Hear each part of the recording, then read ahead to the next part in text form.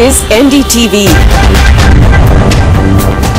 And you're watching NDTV Prime.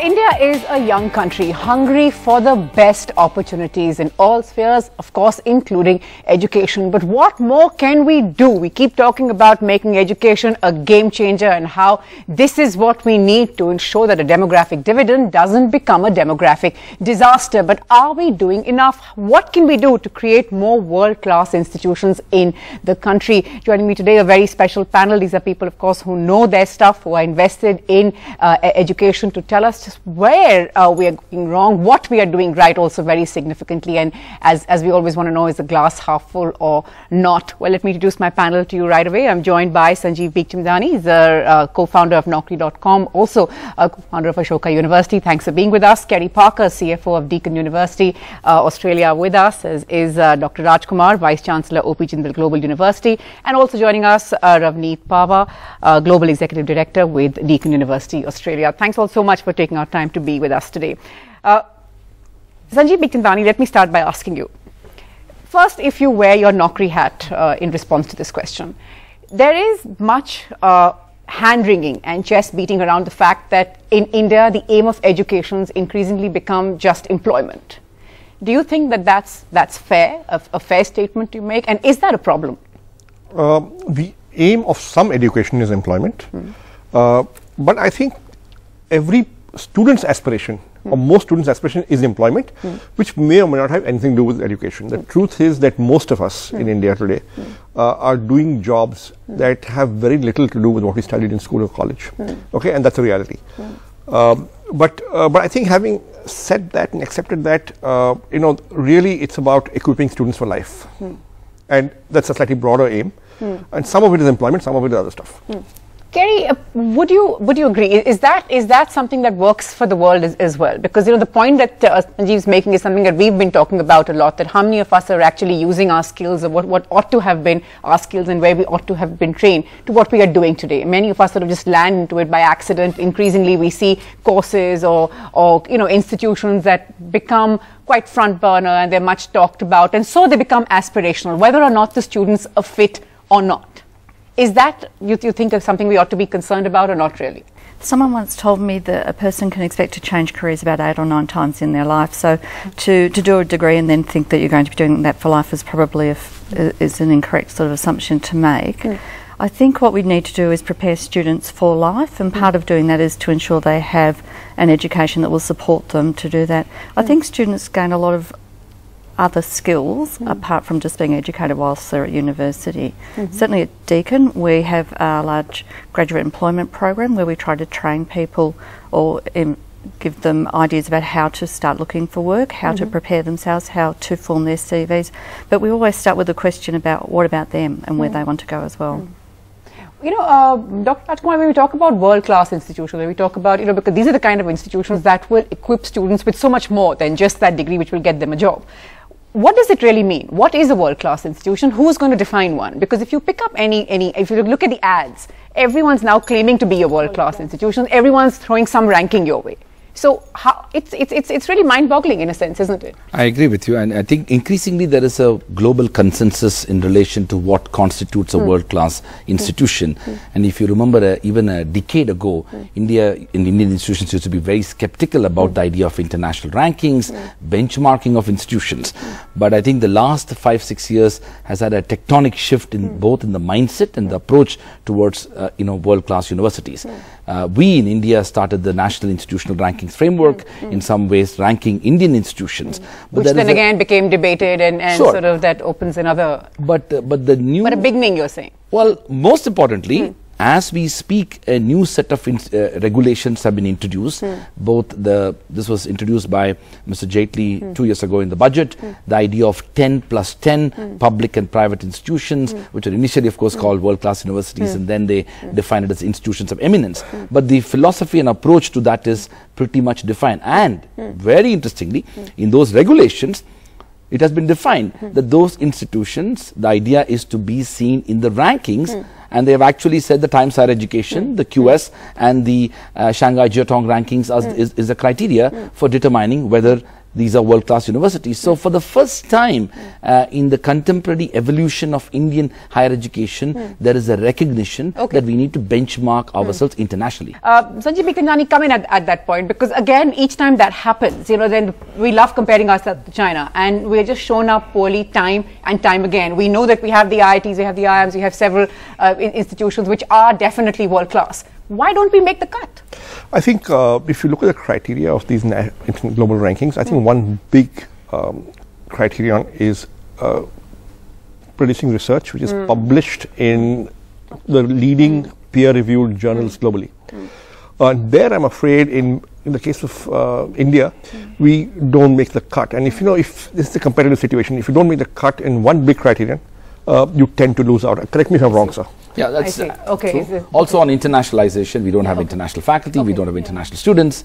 All of that constitutes as a part of the criteria for defining a world-class university. So, Ravneet, come in here. You know, when we look at this kind of scenario, how do global universities fare? Because, you know, we're looking at an India which is now more Indian students are going out to study than ever before, and they're looking at all of this, wouldn't you say? How seriously are they looking at rankings? No, they look at rankings, definitely. I mean, Indian students are absolutely more and more cautious of rankings, and I think what they're understanding is, what does ranking really mean? So, you know, you could be in the top sort of 200 for as a university, but the course that you want to study or the program that you want to study, maybe that's being offered much better at another university.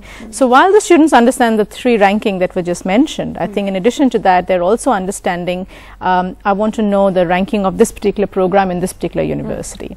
Because I guess my view is that rankings are important, but also I guess what you need to underpin all of that is with excellence. You know, whether you're talking student mobility, staff mobility, whether you're talking research outcomes, or you're talking infrastructure, or you're talking capacity building, whatever you're talking about, I mean, the underlying principle has to be on excellence. And that's where I think the problem in some of our institutions, or most of our institutions in this country, is that we don't underpin it with excellence in what we want to do. Okay, fair point. Kerry, you know, there are all those who would perhaps watch and say that, you know, we're talking about a sort of a very niche section of the Indian student here. We're talking about those who then can afford the best education that the world has to offer, the best education that India has to offer. But what that does is leave vast numbers of Indian students out of the running. What more do you believe can be done to sort of make it a level playing field, or at least more of a level playing field than it is today? I come from a country where we've got about 37 universities Australia-wide, and I think we've just said there are 50,000 here in India. So I think there's a lot to do as far as dealing with the scale that you have here and the volume, because you have, I think it's 18 million 18-year-olds coming forward every year. So how do you deal with that volume of potential student coming through universities? I think you'd need some form of government policy reform, and probably some further prioritisation of courses, classes, enhancing student experience, investing in facilities, investing in infrastructure as far as not just bricks and mortar but in the cloud as well. I would expect would help that that sort of volume and with that number of universities too. Okay, Sanjeev, it could be argued that, you know, we've been talking about this for long enough. We keep hearing this from the very top. I mean, the Prime Minister, successive governments, but this Prime Minister has talked about education time and time again, meeting entrepreneurs recently, corporates, and again talking about making education center stage. What do you believe is not being done? So look, I think first of all, you've got to start with school education, because you will get great students into universities if you've got great students passing out of schools, right? So start at the beginning. I mean, you got to do. By and large, I you see got to do what all you're saying. simultaneously, Yeah. but you got to fix school education as well. Now, in a situation where maybe 70-80% of all schools are government schools, you got to improve government school education. Now, here different states are different because education is a state subject. That's right. It's a state subject. So some states have a great track record, some states don't. The other challenge when you come to higher education is that most of your capacity is in government or government-funded universities and institutions of higher learning. But there are private engineering colleges and private business schools which have come up under AICTE and are not universities yet, many of them.